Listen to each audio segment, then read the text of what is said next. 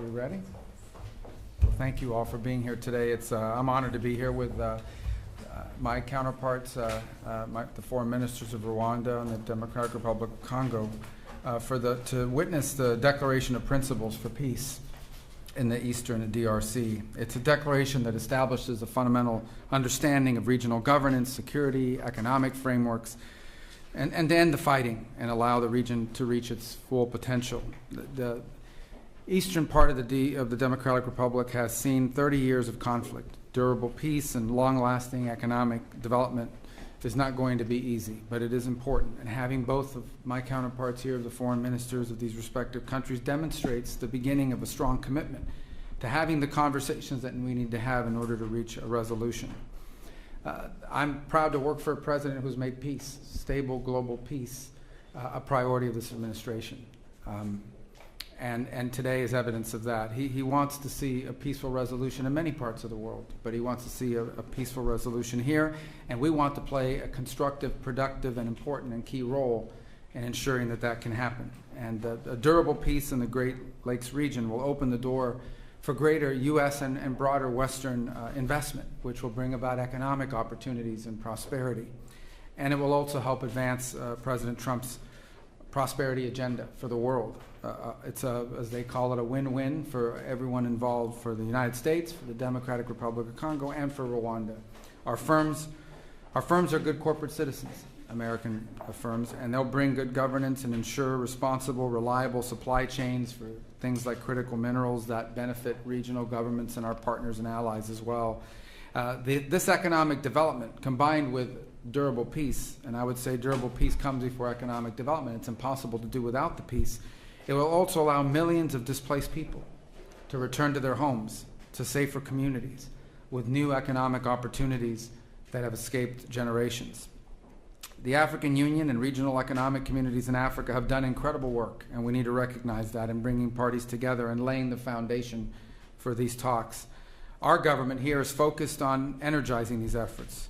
So we're going to be in close contact with our African Union partners to make sure we can bring this to fruition and to see that this better future reaches everyone. I do want to especially thank our senior advisor, Mr. Boulos, and his counterparts in the Democratic Republic of Congo and Rwanda for their vision and for their hard work. Today is a step to building a peaceful, prosperous Great Lakes region, and we look forward to working with everyone involved to achieve this goal. Thank you.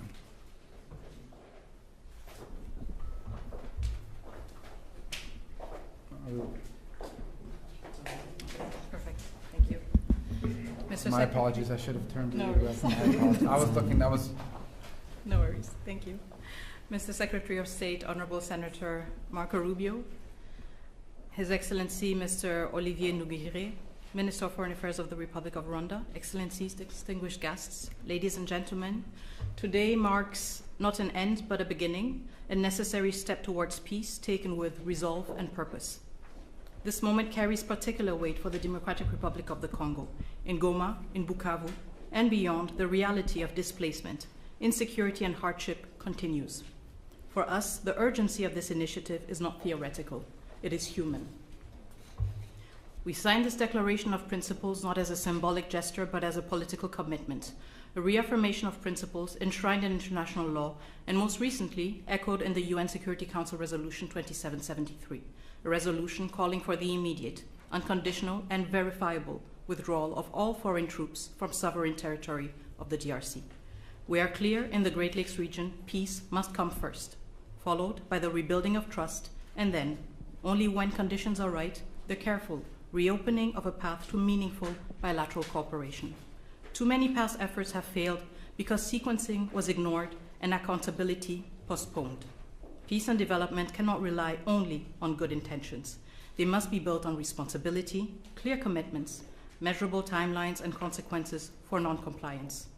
This is the only way to restore credibility, not just among states, but with the people who are waiting for peace to become real. The signature of today's Declaration of Principles heralds renewed hope. It reflects a U.S. resolve to complement and support regional and international efforts. This initiative brings accountability and draws the hard lessons from past efforts that have failed to materialize. So the good news is there is hope for peace. The real news peace must be earned, and it will require seriousness, transparency, and sincerity. We welcome the leadership of the United States of America, a country that has shown steadfast support, consistent principles, and resolve in multilateral forums, especially within the United Nations Security Council. Mr. Secretary, Senator Rubio, I would like to express our deep gratitude. Dr. Boulos, also, your extensive consultations across the region have brought nuance, depth, and humanity to this process. And your presence today underscores that diplomacy must listen, understand the lived experiences of those most affected, and seek durable solutions. The Democratic Republic of the Congo recognizes and values this engagement of the United States. We are also encouraged by US-backed initiatives that promote secure mineral value chains and inclusive economic growth. These efforts reaffirm that peace and prosperity are inseparable. Each step towards stability is a step towards dignity, jobs, and schools. This is the promise of responsible investment and a principled partnership with the DRC, a country not only emerging from conflict, but also at the core of finding solutions to global challenges. To our countrymen and women in the Democratic Republic of the Congo, especially in the East, we know you are watching this moment with concern, with hope, and yes, with doubt. And you are right to do so. You have every reason to expect more than promises. You are entitled to actions that measure up to the suffering you have endured. We draw strength from your resilience, from your commitment to justice, and from our shared, unwavering belief that our sovereignty and our territory are not negotiable. We are a nation that honors its responsibilities, and we understand that history, geography, and yes, maybe even fate has given us the neighbors we have. The borders we inherited, as confirmed by the African Union, are permanent and will never change. But beyond these lines lie histories, families, and communities that bind us together. This shared heritage calls for maturity, restraint, and the wisdom to recognize that peace is not weakness, it is strength. Once again, we stand at crossroads, with peace within reach, and we, the Democratic Republic of the Congo, are determined to move forward, building on the lessons from the past. We stand as a nation dedicated to achieving lasting peace. We welcome the support of a strong partner by our side. And I voice the solemn hope that all parties will seize this opportunity, just as we, the DRC, have chosen to. Thank you. Thank you, Madam Minister. Mr. Minister. Thank you. Good afternoon. On behalf of President Paul Kagame and the government of Rwanda, I want to start by thanking President Donald Trump for enabling a real change in the conversation on how to resolve the situation in the Eastern Democratic Republic of Congo, leading to the signing of the Declaration of Principles today. I thank Secretary Marco Rubio and the United States government for hosting us, and I commend the positive role played by Senior Advisor Masad Boulos and his team and other officials in the significant progress achieved thus far. Today, we are talking about the real issues, the root causes that must be addressed to achieve a lasting peace in our region. Those include, first and foremost, security, as well as the return of refugees. In addition, and very importantly, we are discussing how to build new regional economic value chains that link our countries, including with American private sector investment. Our goal is a secure region, free of violent ethnic extremism, which is well governed. Working together, our region can be an engine of prosperity for all our peoples, and indeed Africa as a whole. The Declaration of Principles opens the door to a definitive peace agreement, giving fresh impetus to ongoing efforts of the Africa-led process under the East African Community and Southern African Development Community, as well as the Doha track, facilitated by the State of Qatar, where we have seen important breakthroughs in recent days.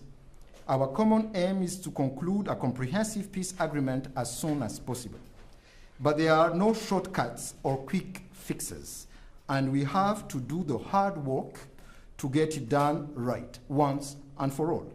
Rwanda is committed, and we are ready to continue working together with all the partners involved to ensure the success of this initiative. I thank you all. Thank you. All right. There he is. Secretary Rubio is signing as a witness the Declaration of Principles between the government of the Democratic Republic of the Congo and the government of the Republic of Rwanda. This declaration commits the parties to mutual recognition of sovereignty and territorial integrity, addressing security concerns, promoting regional economic integration, facilitating the return of displaced persons, supporting MONUSCO, and drafting a peace agreement. These are serious commitments from each side. The Secretary's presence here today as a witness signifies the importance the United States places on resolving this conflict to ensure both countries and their people prosper. We're looking forward to working with both sides to further our existing partnerships and foster win-win outcomes for all.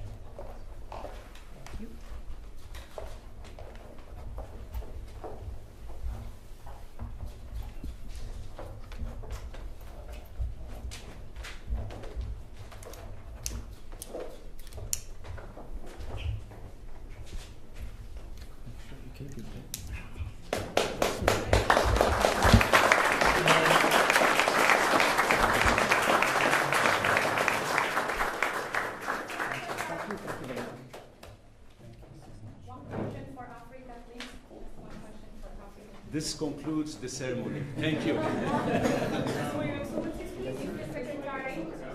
One question for the entire continent. Thank you. Thank you very much.